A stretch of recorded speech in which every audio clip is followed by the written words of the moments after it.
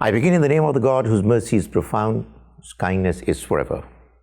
In the last presentation, I tried to clarify that the understanding of some of the religious Muslims that intellect has no role to play in understanding Islam, understanding the message of the Quran, that understanding is not correct. And I took some of their arguments and tried to prove that those arguments are weak arguments. Now let me present before you some clear positive arguments from the Quran that are helping us to understand and appreciate that Quran is inviting humans to use their intellect. God wants us to use our intellect for us to be able to understand His message properly. I will start by mentioning the story of the creation of Adam. The Almighty, before He implemented His plan of creating Adam and sending him to this world, announced His decision before angels. We know that angels are very obedient to God, but this extremely important decision of the Almighty, the Quran tells us, was questioned by angels. Now they said, "Ataj'alu fiha," are you going to create therein man yufsidu fiha, those who are going to create mischief in it, wa yasfiku dima, and are going to shed the blood of each other, wa nahnu nusabbihu bihamdika, whereas we are the ones who are praising you, declaring you free from all blemishes, errors, and we are glorifying you. The Almighty responded not by snubbing them, not by saying, "How dare you ask this question?" Instead, He said, "Inni alamu ma la ta'lamun," I know what you don't know.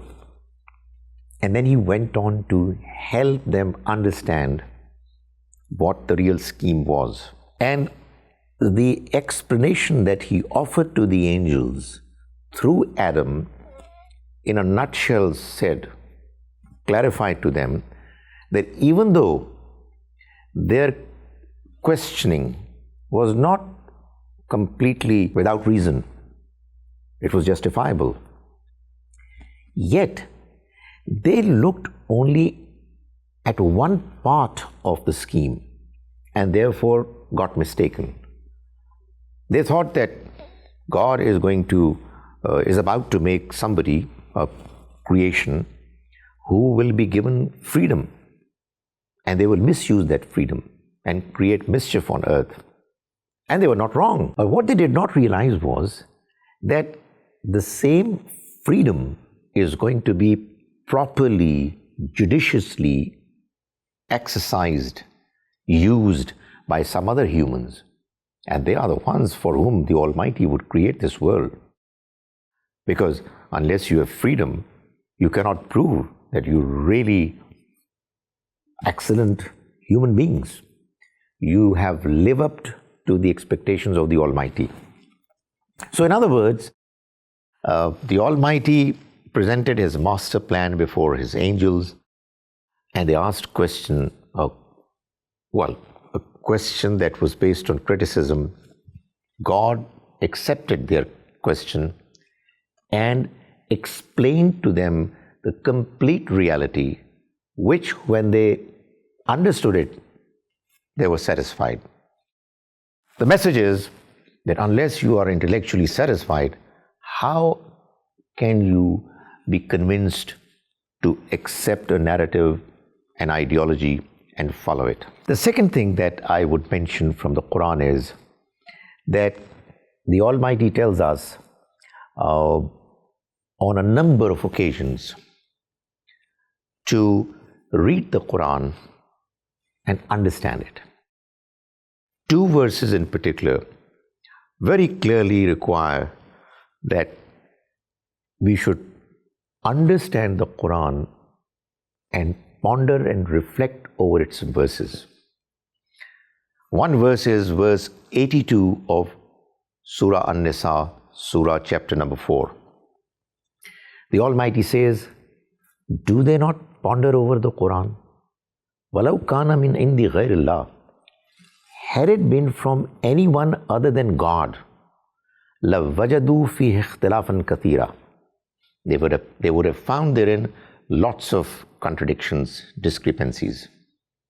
In other words, the fact that the Quran is God's word is going to become clear to a reader when he or she is going to find that the Quran is absolutely consistent, something that is not possible for any human to ensure for a message that is being delivered to humans over a period of 22, 23 years. Quran is a book which is free from all contradictions, and this is something you can only understand if you ponder over and reflect the verses of the Quran. In other words, you use your intellect while reading the Quran.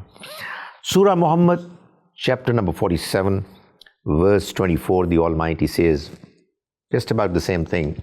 أَفَلَا يَتَدَبَّرُونَ الْقُرْآنَ. Do they not ponder over the verses of the Quran?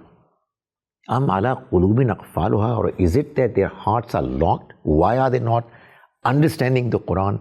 Why are they not going deep into its meanings?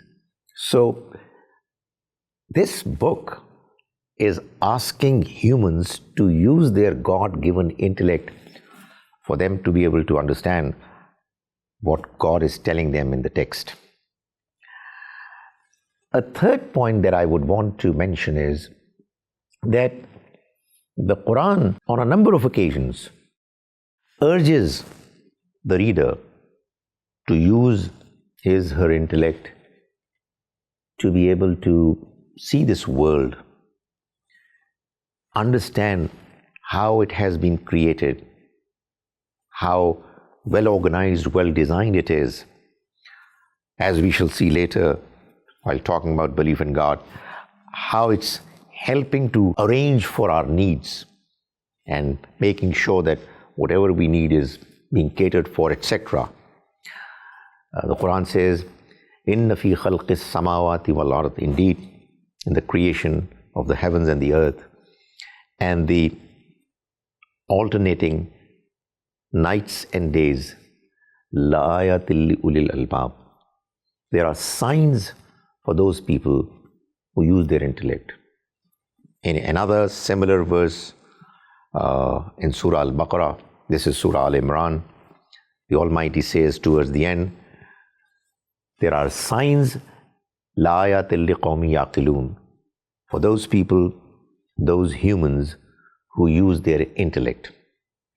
This is a message which you would find in the Quran repeated over and over again. So the Quran is asking humans to use their intellect and see for themselves the world that they have been made a part of by God's design, so that through their intellectual reasoning, through exploring this world, they come to this conclusion that it's from God, and He deserves to be thanked, He deserves to be glorified, He deserves to be worshipped. Then we move on to another verse of the Quran which condemns those people who don't use their intellect properly, condemns them as worse than beasts. The Quran mentions in Surah Al-Anfal, which is Surah number 8, chapter 8, verse 22. It says, Inna sharra dawab. Indeed, the worst beasts in the law, in the eyes of God, as-summul bukmul lazina la yaqilun, are those deaf and dumb people, as-summul bukmul allazina la yaqilun, who don't use their intellect. So imagine not using intellect, not using it properly, has been condemned by the Quran so strongly that it says that the Almighty considers such people who do not use their intellect, either don't use it or use it improperly, as worse than beasts. It's the most important asset of a human personality that the Almighty has given to an individual. And if that is not being used properly, and is not being used properly for the purpose of understanding God's religion, His text, then such a person has got no place in the eyes of God. To him is worse than beasts. We move on to another verse, which is in Surah Al-Mulk, the 67th chapter of the Quran, verse 10. It is talking about people who will be destined to ultimately be thrown into the hellfire. Before they will go there, they will admit their fault and would lament and would say, "Law kunna nasma'u aw naqilu ma kunna fi ashabis sa'ir." Had we listened or used our intellect, we would not have been included amongst the people destined for hell. In other words, the Quran is mentioning that the people who will ultimately be doomed are the ones who will refuse to use their intellect, who will refuse to use their understanding, their ability to think properly. They are the ones who have no hope of success in the next life. To me, perhaps the most remarkable verse in this particular context of use of intellect in religion is a verse whose reference is very easy to remember. It's the 100th verse of chapter 10. So when you write it, it's 10:100.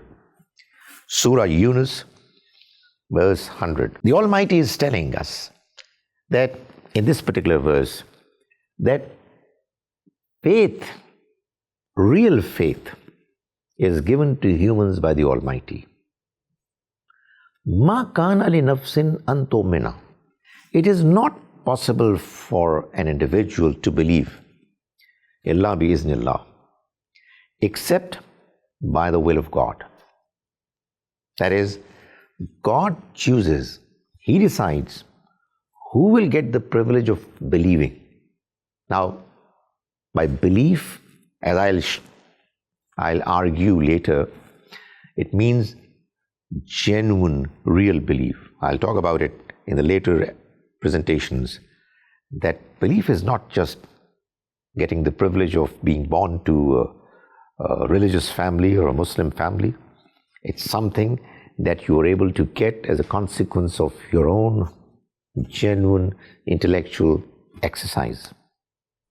You go through a certain journey, and when you are able to understand the realities that have been given to you to understand from, it's only then that you are gifted with the all-important asset called faith. The Almighty says, "Ma kana li nafsin an tu'mina." No individual can believe illa bi iznillah, except by the will of God. وَيَجْعَلُ الرِّجْسَ عَلَى الَّذِينَ لَا يَعْقِلُونَ. And He casts, spreads across filth, garbage over those people who don't use their intellect. So this brief verse is comprised of two parts. If we look at it in the reverse order, the second part of the verse is saying that God arranges for filth to be cast upon, to be spread across those people who don't use their intellect properly. What filth? The filth of immorality, filth of telling lies, the filth of being unfair, the filth of causing harm to others, the filth of hatred, grudge, prejudice, obscenity, immorality, ascribing partners with God. So this filthiness, this moral filthiness, immorality, is what is going to cover people who would not use their intellect. And when such a thing would happen, the Almighty says He will decide for such people that they are not going to get the privilege of believing properly. So in other words, the Almighty is saying in the Quran very clearly that faith is achieved, faith is gained only through the use of intellect, proper use of intellect. So it's very unfortunate, very surprising that there are people who are religious, practicing, and yet they believe that faith has got nothing to do with intellect. Whereas the book that they believe in is repeating the same reality over and over again in different ways, that faith can only be achieved through intellect. This unfortunate reality has happened because of the fact that many Muslims have been given to believe and understand that they don't need to read the Quran with an open mind to be able to understand its message.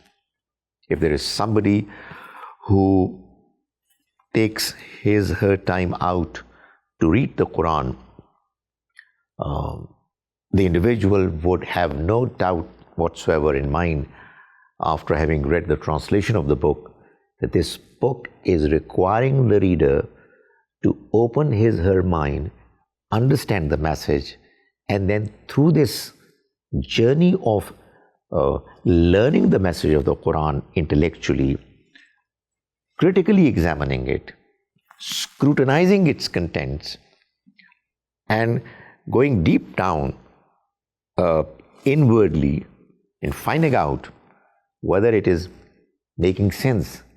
Does it appeal to him or her? Does it seem to be from God, my Creator? And the Quran says, challenges, that if you will do it properly, if you will do it as best as it deserves, then you will most certainly be able to get the all-important asset of faith. I'll continue with the discussion on faith in the next presentation.